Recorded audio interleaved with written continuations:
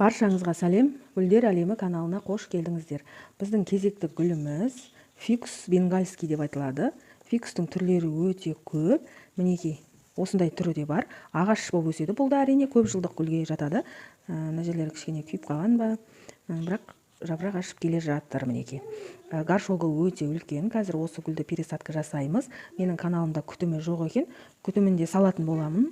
Негізінде мына астыңғы жақтарда жапырақ тастағанын, сол жерлерді жаңағы цитокиновый паста жағып, жаңағы неқсақ болады, оятсақ болады. Мына бүршіктерді да. Ал енді цитокиновый пастаны жағу үшін бірінші гүлдің көлеміне қараймыз. Егер де гүліңіз үлкен ағаш болатын болса, бір гүлдің екі почкасына жағуға болады. Мысалы, мына жерге жақсаңыз, біреуін мына жақтағы почкасына жақсаңыз болады. Ал бізде бұл гүл қазір мына менің қолымның көлеміне қараңыздар. Несі кішкентай, денесі кішкентай. Негізі камерада дәу болып көріне береді, көлемі кішкентай. Сондықтан бұл гүлге ары кетсе бір жеріне бір точкасын ғана оятуға болады. Гормональный, жаңа цитокиновый паста гормональный болғандықтан оны 3-4 жерге жағып гүлге нагрузка болып кетеді. Неке уже жапырақтары өсет деп ойлаймын, бірақ негізі стресс алып тұрма, бір жағдай болып тұр, майдаланып баратыр. Мына жақтағы жапырақтары, видимо, жуан болған, потому что почкасының өзі үлкен. Жапырақтың орны да бұл астың жақта жапырақтан тастаған. Фикустардың көбісі негізінде почти барлық фикус стресске ұшырағыш болып келеді. Қызым, жай. Фикустардың барлығы стресске ұшырағыш болып келеді. Сәл бірдеңе ұнамаса, суды көп құйсаңыз да, не болмаса орнын ауыстырсаңыз да, күн қатты тікелей түсіп кетсе де жапырақ тастап сөйтеді. Жаңағы күн қатты түссе, осылай жапырақтар оралып қалады. Мен мынаны алғаш көрген кезде зиянкес жеп жатыр ма деп қарасам, жоқ, таза, ешқандай зиянкес жоқ. Бір нәрсе жақпай тұр. Жапырағы өстіп оралып тұр. Негізі дені сау гүлдің жапырағы дәл осылай жайылып тұру керек. Мыналар оралып өсіп жатыр. Бұған уже бірдеңе жақпай жатыр деген сөз. Қазір тамырын ашып көреміз. Примерно уже осындай ыдыс тауып қойдым мен. Себебі тамыры примерно осыған келеді деп ойлаймын негізінде, бірақ горшоктың тамырын көрмей, оған ыдыс жаңағы туралай алмаймыз. Бұл может денесі үлкен болғанмен тамыры дәу шығар. Кішкентай болғанмен деген, денесі кішкентай болғанмен тамыры үлкен шығар. Біз оны білмейміз да, сол үшін бірінші тамырын ашып көру керек та гүлдің. Қызым, айқайлама, мен яқта сөйлеп жатырмын ғой. Сенің дауысың қатты шығып кетіп жатыр ғой, қызым. Мінекей, тамыры жақсы сияқты. Бірақ ыдыс өте үлкен, астына мындай дренаж жасағанмен астында, горшоктың астында тесігі жоқ. Бірақ жерде тесік бар екен. Үйті оның өзі мынандай қабыршақтармен жабылып тұр. Сіздерге көрініп тұр ма, көрінбей тұр ма? Осылай жабылып тұр. Негізінде мына жақтың бәрін тесіп, барлық жерді көп қып тесіп тастасаңыз, сол кезде гүл жақсы өседі. Мынау вообще горшок үлкен болып тұр. Тамырлары қазір көреміз. Тамыры өзі төгіліп қалды. Түсіп қалды. Сәл шіріген тамырлар да бар екен. Мынандай қарайған тамырлар, міне, камераға, міне, сіздерге көрініп тұр ма? Мына осы қарайған тамырлар уже шіріген. Мынандай үлкен ыдыста тұрған екен, ол по-любому шірейді ол негізінде да. Себебі сіз суды қалай құясыз, соған қарай шіріп кетеді. Мынау ақ тамырлар, бұлар жақсы тамырлар. Ал енді өздеріңіз қараңыздар енді. Мынаның тамырын қазір мен сілкіп босатып алайын. Түсетін тамырлары да бар екен. Осылай жаймен тартсаңыздар, өзі шірік тамыр өзі түсіп қалады. Кепкен тамырлар, шіріген тамырлар бүйтіп жаймен тартсаңыздар, өзі түсіп қалады. Осындай пересадка, сондай жасаған кезде фикустар негізі стресс қатталады. Фикустардың бір жаман жері сондай, бірақ өте әдемі гүлдер. Міне көрдіңіздер ме, қандай үлкен ыдыс. Осындай кезде осындай болады міне. Осы горшок үлкен болса, тамырлар осылай шіріп кетеді. Сол үшін горшок тамырға лайықты болу керек. Гүлдің денесіне, бойына қарамаймыз. Енді мен қазір осыны мынаған отырғызып беремін. Осыған сияды. Осы болады, осы қысылып тұрса соғырлым жақсы. Мінекей, мен қызым бүгін әңгіме айтқыш болып кетті тегі. Қазір бірінші мынау горшоктың астын тесіп аламыз. Мына жерде бір несі, горшоктың астында тесігі жоқ қателіктері да. Енді мына горшоктың астын, ыдысымыздың астын жақсылап тесіп аламыз. Содан кейін ғана гүлді отырғызамыз. Себебі гүліміз астында тесік болмаса, құйған суымыз қайқа кетеді. Осы гүлді шірітеді. Сол себептен ешқандай да тесіксіз гүлді отырғызбаймыз ыдысқа. Тесіксіз гүлді отырғызуға болмайды, қыздар. Соны естеріңізге салып жүріңіздер. Ерінбеңіздер, тесіңіздер. Бұлар да енді бізге келген не ғой, жауапкершілікпен қарауымыз керек. Бұл тірі жан бұл да. Мысалы, су ішеді, өседі, бойында несі бар, жаны бар да.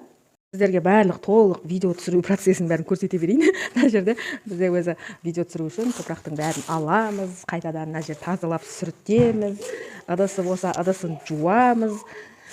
Осы еңбекті бағалап, каналға тіркеліп, қазақша каналдың дамуына қолғабыс етіп отырыңыздар. Сіздерге менің каналымда көптеген пайдалы видеолар бар болса, видеоларыңыз пайдалы, жақсы екен, осы маған керек еді деп көрермендерім жазып жатады. Өзім қуанып қаламын сондай кезде. Енді осылай тазалап аламыз.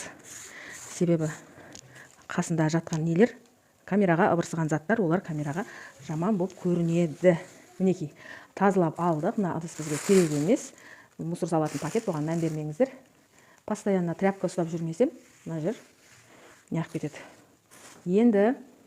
Енді гүлді отырғызуға көшейік. Қазір негізі фикустар өзі құм араласқан топырақты жақсы көреді. Сол себептен кішкене құм қосамыз. Сосновый кара саламыз. Сосновый кара бұл топырақты борпылдақ етіп тұрады, жеңіл қылып тұрады. Және де сосновый караны осылай майдалап аламыз. Тамырдың дамуына кедергі келтірмейтіндей етеміз да, себебі өздеріңіз көріп тұрсыздар, тамыры жіңішке. Сол себептен кедергі келтірмейтіндей қылып неғып аламыз.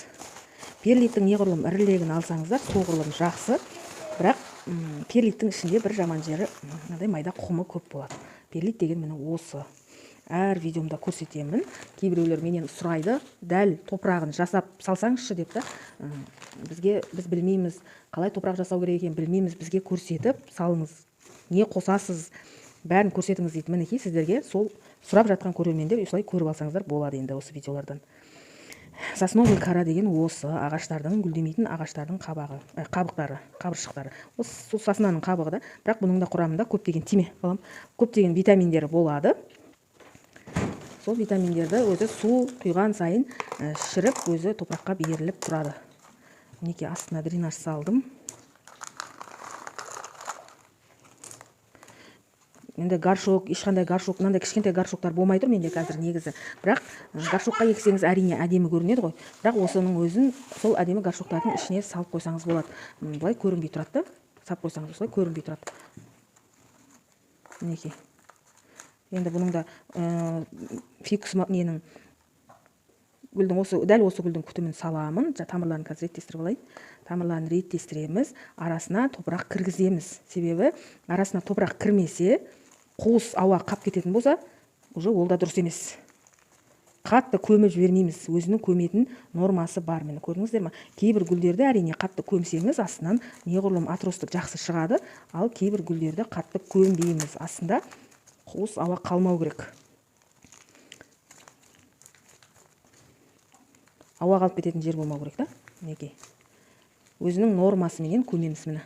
Дәл осылай қылып көмеміз. Себебі бұдан көп көметін болсаңыз, мынау стволға зиян келеді. Су құйған сайын стволға зиян келеді. Көрдіңіздер ме? Әр гүлдің өзінің отыратын жөні, пересадкасының да өзінің жөні болады. Мінекей. Біз бұның қазір тамырын толық аштық. Енді стресс алып, кішкене жапырақ тастауы да мүмкін, тастамай өсіп кетуі де мүмкін. Себебі қазір көктем ғой, көктем айларында гүлдершілер қатты стресс ала бермейді. Ал қыста өте қатты стресс алады. Себебі қыста бәрібір күн қысқа, жарық аз болады. Мінекей әдемі қылып отырғызып қойдық. Енді мынау ыдыс өзіне лайықты. Бұндай кішкентай ыдыста отырған гүлдер тез-тез шөлдейді. Тексеріп тұру керек. Бұлай қолдарыңыз тықсаңыздар, өзі құрғақтығы білінеді. Егер де құрғақ болса су құясыздар, ылғал бар болса су құймайсыздар. Бұларда жапырағы жұқа болғандықтан жаңағы суды сәл көбірек ішеді. Мынандай кішкентай ыдыста отырған гүлдер әсіресе тез-тез шөлдейді. Себебі бұның ішіне топырақ аз болады. Топырақ аз болғаннан тез кебеді.